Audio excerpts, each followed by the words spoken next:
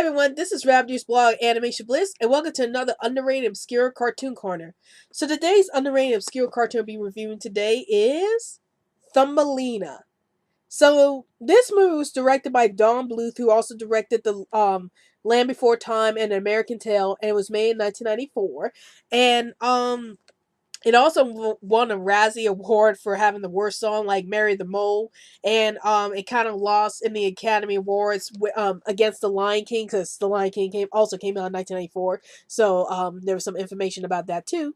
And what this movie's all about is, if you're familiar with the original Thumbelina tale, basically in this version is about Thumbelina trying to find her way home after she ends up getting kidnapped by the Toad, or Mrs. Toad, and Mrs. Toad tries to force Thumbelina to marry her son, the Toad. So the whole movie's really spent on Thumbelina meeting up with all these wacky characters. Like, she meets up with Giacomo, who's like the pigeon who tries to remind Thumbelina to stay optimistic throughout this whole journey. And then she meets up with the Beetle, who's voiced by Gilbert Gottfried, who also voiced Iago from Aladdin. And then she meets up with the Mole, and there's like so many other characters Thumbelina meets along her journey. But throughout the whole movie, Thumbelina tries to find a way home so she can also marry the Prince Cornelius, who's one of the fairy princes that she end up meeting early on in the film.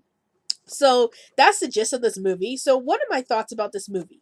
Well, let's talk about the good things about this movie. So some things I did like about this movie. I love the animation. Of course, Don Bluth's animation was really well done in this movie, and I like how he's able to animate all these characters, especially Thumbelina. I like the fact that Thumbelina's hair is like really long in this movie, but she moves like in a very realistic way. Like, it feels like she's like her movements are very realistic, and it's like she moves like an actual person. I can't remember the animation technique. Oh, rotoscoping.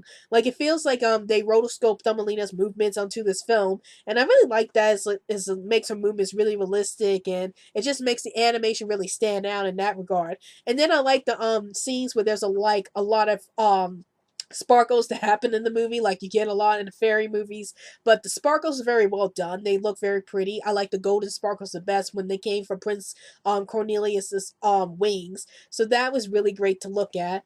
And some of the characters were very well done. I did like the character. Well, I it would be hard to say which character I actually like.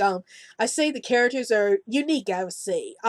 I can't really think of a really memorable character in this movie, but I thought Prince Cornelius was a pretty well done character. Like, I like the fact that he really loves Thumbelina for who she is instead of her singing voice, and which is what Thumbelina seems to be known for throughout this movie, is that she has a very beautiful singing voice, and everybody in this movie wants to either marry her or just get at her because she has a beautiful singing voice. And Prince Cornelius doesn't seem to love Thumbelina just because of her voice, but loves Thumbelina for who she is. And I really like that message the movie carries throughout the film, is that Cornelius is like the only character who loves Thumbelina for who she is, instead of for a voice only. And I like the fact that Giacomo, the pigeon, at least tries to help out Thumbelina whenever he can. Like, he tries to give Thumbelina more confidence in herself, and I like that, because throughout the movie, Thumbelina has to struggle with trying to remain optimistic throughout all the turmoil she goes throughout the movie. So I like the fact that Giacomo at least tries to make Thumbelina a little more confident in her goals and trying to get back home and marry the prince. Now, here's some things that kind of annoy me in this movie. Like, one of it is like the fact that I felt like the characters weren't three-dimensional, or they were just too flat. Like, especially Thumbelina, because it's like Thumbelina's personality is basically her trying to just get back home and marry the prince. Like, we don't know exactly what she likes or what kind of hobbies she likes, aside from the fact that she's a good singer. I would have liked to have her character develop a little more, besides just trying to find a way back home and trying to marry the prince. I would have liked to see, what can she do? She's trying to stand up for herself. And, the toll that this journey has on Thumbelina's mind, is it going to make her bitter? Is it going to make her more optimistic? I would have liked to see that fleshed out a lot more with her character instead of just having her, be able to sing, just trying to get back home and marry the prince. Like, I felt like that just made her character very flat, and I didn't like that. And then, as mentioned before with by the other reviewers, I have to wonder about why Giacomo the pigeon doesn't just fly Thumbelina home instead of just constantly telling her, "Oh, be optimistic," and then I'll just leave you alone for the rest of the movie because, well, if I took you home right now, the movie would be over by now. But yeah, I think that's why they didn't have Giacomo fly Thumbelina home, because the movie would have been over if he were to do that. But it's like something that stays in my mind. It's like, why can't Giacomo just take Thumbelina back home instead of, just preaching to her, you got to be optimistic throughout the whole film, but not doing much to really help her aside from that. So, those are some nitpicks I have about the film. Also, I felt like the other characters were kind of flat too. Like, I felt like Mr. Mole could have been a great villain if they fleshed out his character a little more. And the Grundle, I believe that's his name, the Toad. He is a pretty persistent villain, and I like the fact that he's persistent, and that expands his character a little more. Like, if you read the original Thumbelina story, the Toads were the ones who kidnapped Thumbelina, but they didn't really have much to their characters. So I like the fact that this movie actually did expand more on the Toad's personality. But other than that, I felt like the villains were kind of flat except for Grundle the Toad. I think he was like the only villain who was actually fleshed out.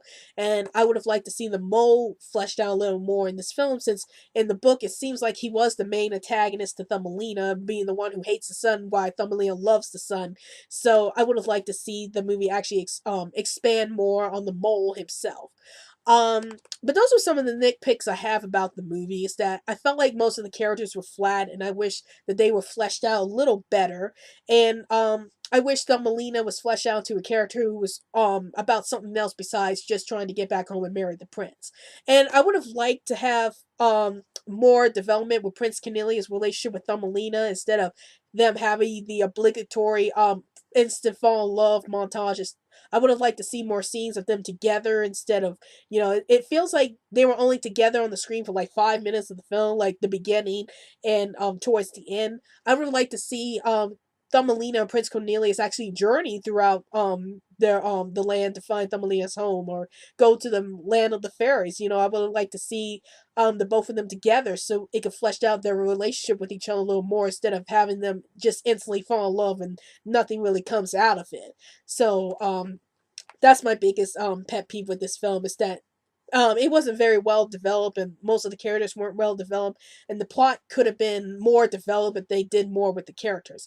But I think this is a pretty decent film. Like, it's not one of Don Bluth's best films. I could tell you some of his better films, but it's not one of his best films. But it is a good film if you like Thumbelina in general, and if you love Jodie Benson's singing. I think she did a fantastic job in singing in this film, and I really loved that.